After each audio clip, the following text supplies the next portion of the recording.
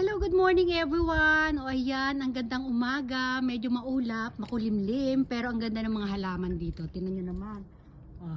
Ayan, sobrang maulap guys. Tapos nandito na tayo ngayon sa may tulay. Yung ating tulay ay malungkot din. Wala yung mga bibi natin alaga. Hindi na natin alaga, wala. Inaalagaan ko lang sila ng tingin. Ay, mataas ang tubig natin ngayon ha. Oh, in fairness. Oh, wala rin yung mga turtle, wala rin ako makitang mga fish kasi nga mataas ang water.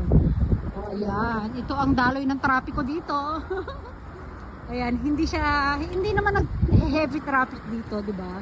Oh, ganyan ang pinakaano nila kasi kahit saan merong stoplight, 'di ba? Oh, dungawin natin sila. Doon sa dulo yung ating yung sakura trees, ayan na siya. Sobrang laguna na ang kanilang mga dahon na green. Di ba? Wala na tayong makikitang bakas ng bulaklak. Ang ganda, sumasabay pa yung ulap na makapal. Di ba? Meron ditong para siyang mini dam.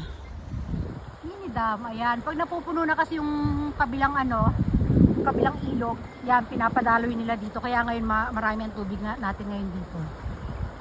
Ayan, nandito na tayo sa Sengenday guys. Ito, mga flowers, buhay pa rin sila.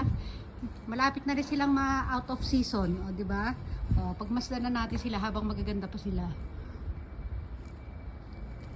Wala na rin bulaklak yung mga puno. May mga bulaklak yan kahit pa konti-konti.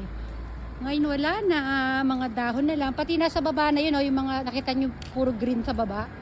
May mga flowers po yan guys. May mga pag isinom natin, may pink flowers po yan. Ayan, pero kumunti na sila. Konting-konti na sila.